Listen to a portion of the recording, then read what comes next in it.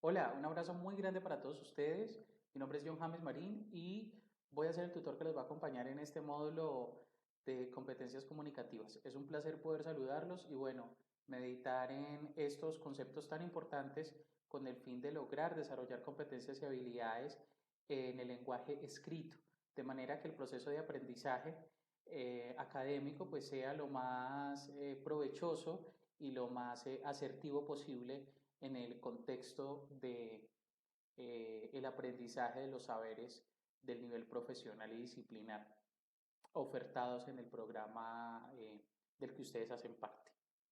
Bueno, muy bien. Entonces, empecemos retomando un poco conceptos básicos como la comunicación. La comunicación es un proceso a través del cual un emisor y un receptor establecen mediante un canal un mensaje y desarrollan un proceso de interacción al que conocemos como retroalimentación.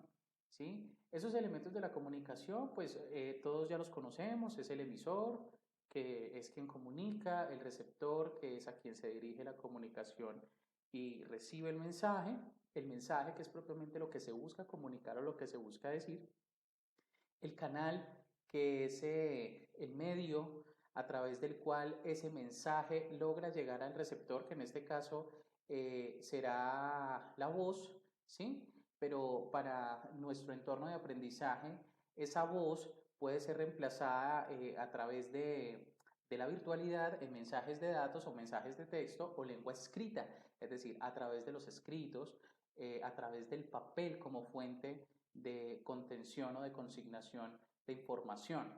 ¿Sí? Y el código, que es lo que permite al receptor entender o comprender claramente qué es lo que se le quiere transmitir, que en este caso pues sería la lengua española o el idioma español.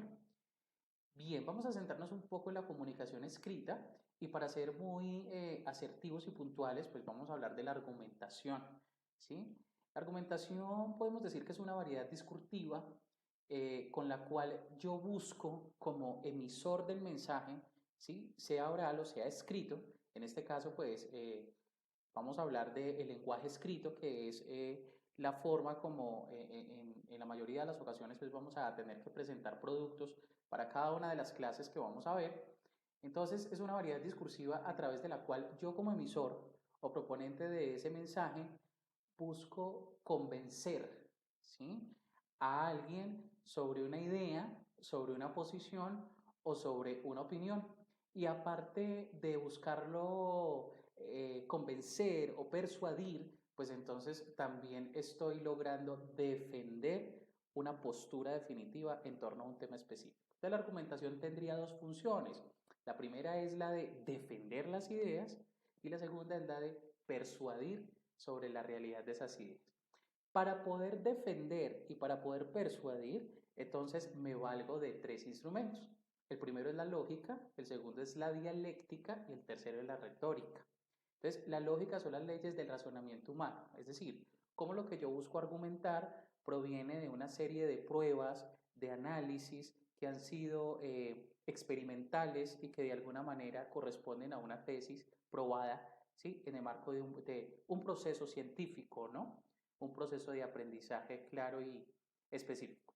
La dialéctica ya se refiere a unos procedimientos que ponen en juego varios asuntos de la comunicación para poder probar o refutar algo, es decir, la forma de expresarlo. La dialéctica se refiere a la forma de decirlo. ¿Cómo lo expreso yo de forma tal que logre tocar el corazón del receptor? Que logre convencer a la persona que está leyendo mi escrito en este caso. ¿Sí? Entonces, la lógica es cómo le doy coherencia a mi argumento. La dialéctica es cómo logro a través del uso del lenguaje convencer y cautivar a ese receptor. Y finalmente la retórica, que se refiere a los recursos lingüísticos para poder convencer o para poder opinar. Esto es ya el uso de las reglas del lenguaje y me estoy refiriendo específicamente a la gramática.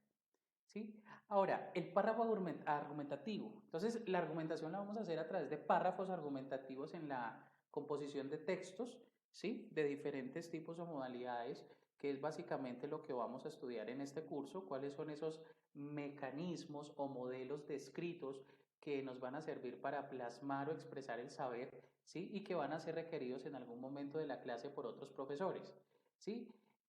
Por párrafo argumentativo, entonces nosotros podemos entender que es la unidad mínima del texto, compuesta por una o varias oraciones que buscan concretar o definir una idea, ¿sí? Entonces, remontémonos a los presaberes básicos del lenguaje. Entonces, una oración ¿de qué se compone? Una oración se compone de un sujeto y de un predicado. Ese sujeto es la persona, animal o cosa que realiza la acción. El predicado es la acción que realiza esa persona, animal o cosa. Luego, ese sujeto se compone de un núcleo del sujeto que es un sustantivo y ese predicado se compone de un núcleo del predicado que por supuesto será una acción o un verbo. Ya de ahí para allá, pues los demás componentes de la oración, las proposiciones, los adverbios, los adjetivos, etc. Eso me conforma una oración. Un conjunto de oraciones para defender o para opinar o para construir una idea específica me conforman un párrafo. ¿Sí? De manera que esas oraciones o ese conjunto de oraciones, ¿sí? Obedecerán a una secuencia lógica que busca sustentar una idea, defender una idea o simplemente opinar sobre esa idea. A esa idea también la llamamos tesis. Entonces, defender una tesis o hablar sobre una tesis específica. Esa cantidad de oraciones tienen unos rangos. La oración principal, que es la que define o concreta la idea que se quiere expresar, y finalmente las oraciones subordinadas que dependen de esa principal y que ayudan a complementar o a clarificar de alguna manera el tema que se busca abordar. Comprendida la argumentación y el párrafo argumentativo, entonces pasaremos a explorar un poco sobre la planeación, la textualización y la revisión. La planeación entonces será una serie de pasos, ¿sí? De procedimientos, de secuencias, un checklist que hay que seguir para escribir, ¿no? Cualquier producto teórico, cualquier metodología empleada en clase, un ensayo, un cuento, un poema, una reseña, un artículo científico, un informe de investigación, un resumen analítico, una síntesis, etcétera, etcétera. ¿Por qué esto es importante? Porque digamos que de alguna manera para el estudiante significa entender con mayor claridad y de esta manera desarrollar habilidades para la comunicación escrita, ¿no? Sobre todo en entornos virtuales como los que vivimos hoy en día, producto de la pandemia, donde la virtualidad es esencial, donde escribir es esencial porque la presencialidad nos limita la comunicación verbal. Entonces, la virtualidad y los entornos ofimáticos exigen una adecuada argumentación, pero en el plano de lo escrito, ¿sí? Y eso nos permite meditar un poco sobre los aspectos formales de la lengua como uno de los requisitos esenciales. Entonces, un escrito que usted haga como estudiante tiene que ser agradable a la vista y tiene que generar ganas de poder leerlo. Para eso se necesita el escritor, en este caso usted pues va a necesitar hacer uso adecuado de la gramática, una buena ortografía, uso adecuado de los signos de puntuación, buenas márgenes, buena presentación. Recordemos que la gramática es la que nos enseña a nosotros a hacer un uso adecuado de las palabras del lenguaje y de los signos de puntuación con el fin de que la comunicación no solamente sea más estilizada, sino más asertiva. Muchas veces lo que nosotros pensamos no es lo que comunicamos por escrito, lo hacemos de manera diferente, sea porque desconocemos los términos adecuados o porque no hacemos adecuado uso de los signos de puntuación. Entonces, este tema de los aspectos formales de la lengua es fundamental a la hora de la comunicación escrita. Entonces, adecuado uso de la gramática, primera regla. Segunda regla, cohesión y coherencia. La cohesión y la coherencia tiene que ver con que esa argumentación y ese párrafo argumentativo pues sea comprensible y pueda identificar el tema que se aborda, ¿sí? La coherencia es que esa idea esté suficientemente defendida o esa tesis esté suficientemente argumentada en cada una de las oraciones que integran el párrafo. Entonces recordemos que el párrafo es la unidad mínima de un texto y ese párrafo se compone de oraciones, ¿sí? Y esas oraciones a su vez tienen unas oraciones principales y unas oraciones subordinadas. Entonces la coherencia se refiere a que esas oraciones manejen una misma línea en torno a la idea que se busca expresar o al mensaje que ese emisor por escrito quiere mostrar o quiere evidenciar, ¿no?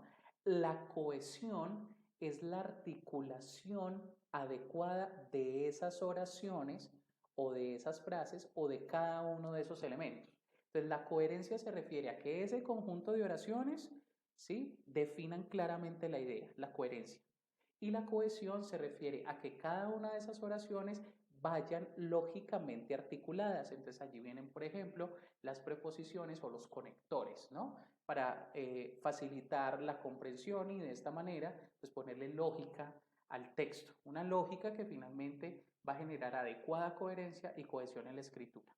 Y finalmente, pues las normas de citación y referenciación, que por supuesto será un tema que abordaremos a través de las normas APA para reseñar y para citar, ¿sí?